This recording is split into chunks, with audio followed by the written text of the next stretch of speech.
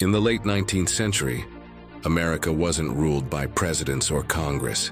It was ruled by families, dynasties of oil, steel, railroads, and finance who bought politicians, controlled the press, and reshaped the country to serve themselves. To the public, this was the golden age of progress. To the insiders, it was an empire of money. Democracy was the costume, wealth was the power. We call it the Gilded Age, a term coined by Mark Twain in the 1870s to describe a period covered in glitter, but rotten underneath. The Civil War was over. Railroads stitched the continent together. Cities boomed and fortunes multiplied at a pace the world had never seen. The United States went from a struggling republic to an industrial giant. But the gilding hid deep cracks. Inequality was staggering, corruption was open. The few controlled the many. And the faces of this new oligarchy became household names. Rockefeller, Carnegie, Vanderbilt, and Morgan and Astor. These were not just businessmen. They were empire builders who reshaped the country as they pleased. John D. Rockefeller built Standard Oil into a monopoly that controlled 90% of U.S. oil. Andrew Carnegie transformed steel into the backbone of industry, breaking unions violently when workers resisted. Cornelius Vanderbilt and later his heirs commanded railroads and shipping, declaring with arrogance, "The public be damned." J.P. Morgan didn't just finance industries. He bailed out the U.S. government itself, dictating terms like a private emperor. And the heirs, America's landlords, embodied old money power that outlived generations. Together, they didn't just get rich, they quietly ruled America. John D. Rockefeller may be the most famous. Starting with a small refinery in Cleveland after the Civil War, he methodically crushed his rivals. He cut secret deals with railroads for favorable shipping rates. He used predatory pricing, lowering costs until competitors went bankrupt, then buying them for scraps. By 1880, Standard Oil controlled nearly every drop of oil in the country. With oil came money, and with money came power. Rockefeller's wealth reached a level unimaginable today. Adjusted for inflation, over $400 billion, making him the richest man in modern history. To protect himself, he wrapped his empire in trusts, corporate shells, and philanthropy. The Rockefeller Foundation would later fund universities, medical research, and global health campaigns. But beneath a charitable image was the man who turned oil into monopoly, and monopoly into political control. Andrew Carnegie, the steel baron, told a similar story of ruthless rise. A Scottish immigrant who started as a factory boy, Carnegie became obsessed with efficiency and scale. His steel plants pushed technology to the limit, cutting costs until no rival could keep up. But the price of his fortune was blood. In 1892, workers at his Homestead Steelworks went on strike against wage cuts. Carnegie, conveniently away in Scotland, left the dirty work to his partner, Henry Clay Frick. Frick brought in 300 armed Pinkerton guards to break the strike. Shots rang out, men were killed, and the militia was called in to crush the workers. The message was clear. Steel profits came before steel workers' lives. And yet, in later years, Carnegie tried to rewrite his legacy. He gave away most of his wealth to build libraries, universities, and cultural institutions. To history, he became the philanthropist. But the fortune he gave away was made on the backs of men whose wages he crushed, and whose strikes he drowned in violence. Then there were the Vanderbilts, the railroad kings. Cornelius Vanderbilt began as a ferry operator, but built an empire in shipping and railroads. By the time of his death in 1877, he was worth around $200 billion in today's dollars. The Vanderbilts became the poster family of excess. Their mansions in New York and Newport weren't homes. They were palaces.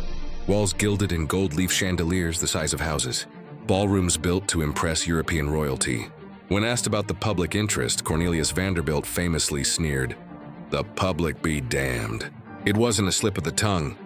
It was the family motto. They lived above society, flaunting wealth so obscene it sparked resentment across the nation.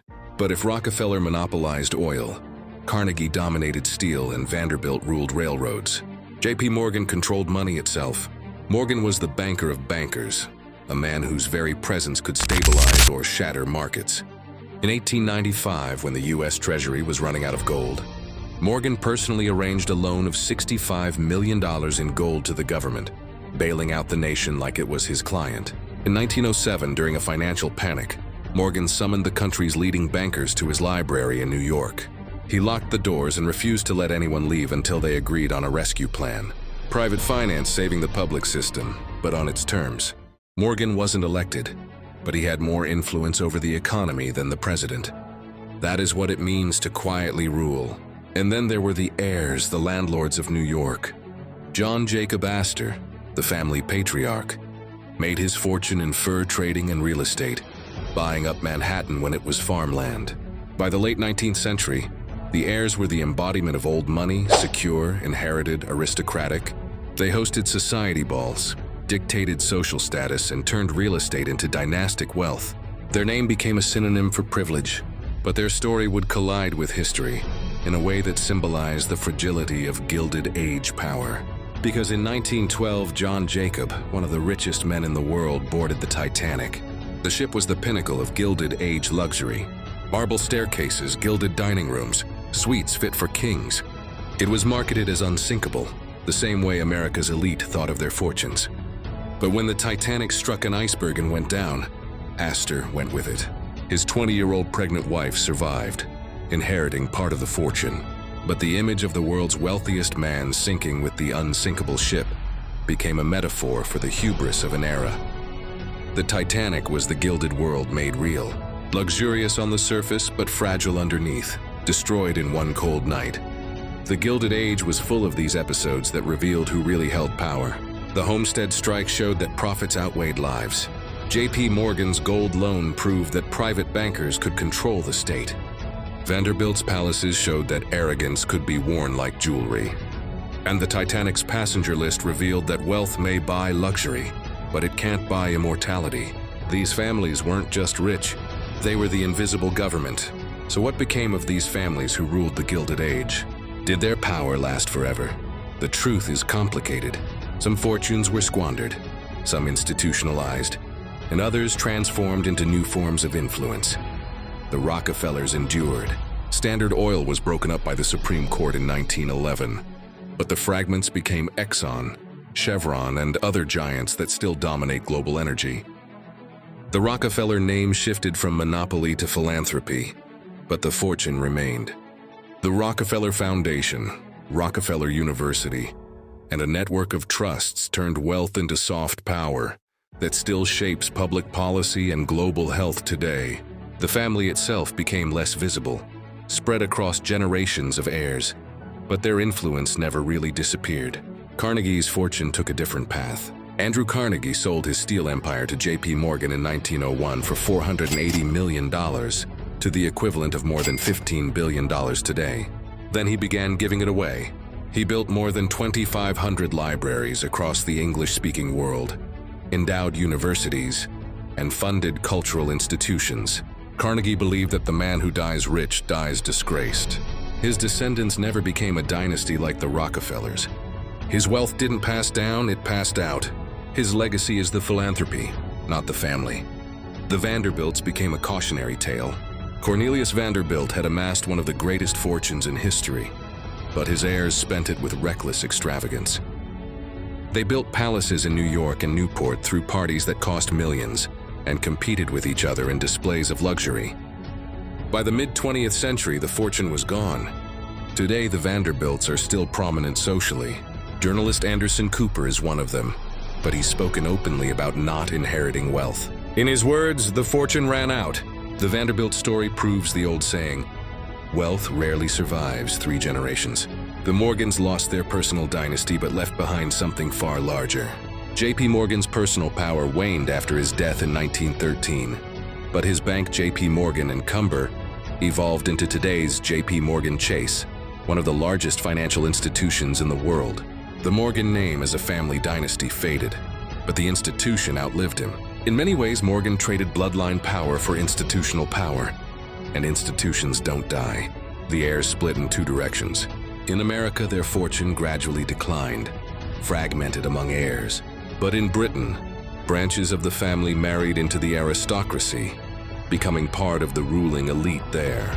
The Titanic disaster of 1912, when John Jacob IV died, one of the richest men aboard, sealed the family's image as symbols of the Gilded Age. Wealthy, glamorous, but ultimately fragile. The Astor name still carries weight, but it's a relic of old money rather than the engine of power it once was.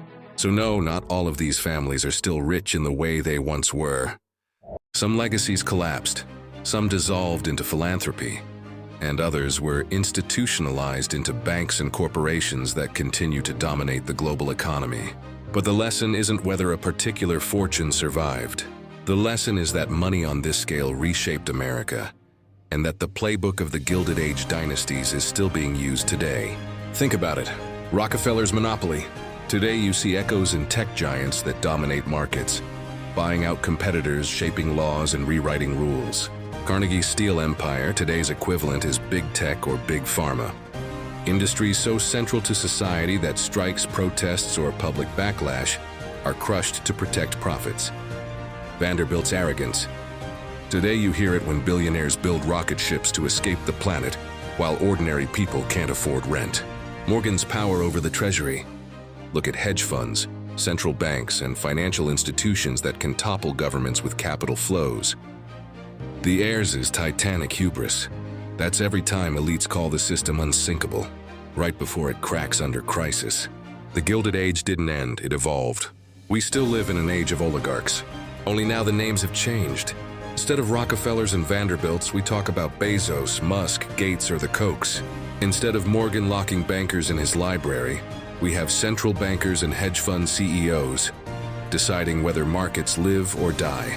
Instead of heirs on the Titanic, we have billionaires building bunkers and buying private islands, preparing for collapse they know is coming. Different tools, same script, and here's where it gets personal. If you think democracy alone protects you from oligarchy, history says otherwise. In the Gilded Age, money ruled and government followed. Today, money still rules. It just wears a different mask.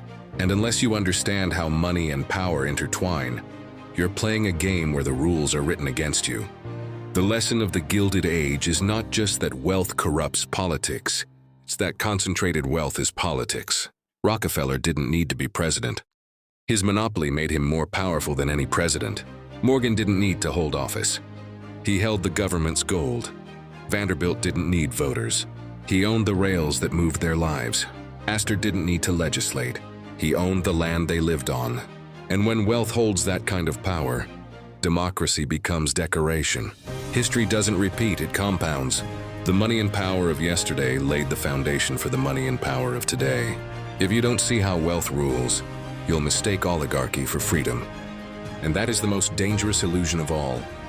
If this gave you a new perspective, hit subscribe. History has the answers.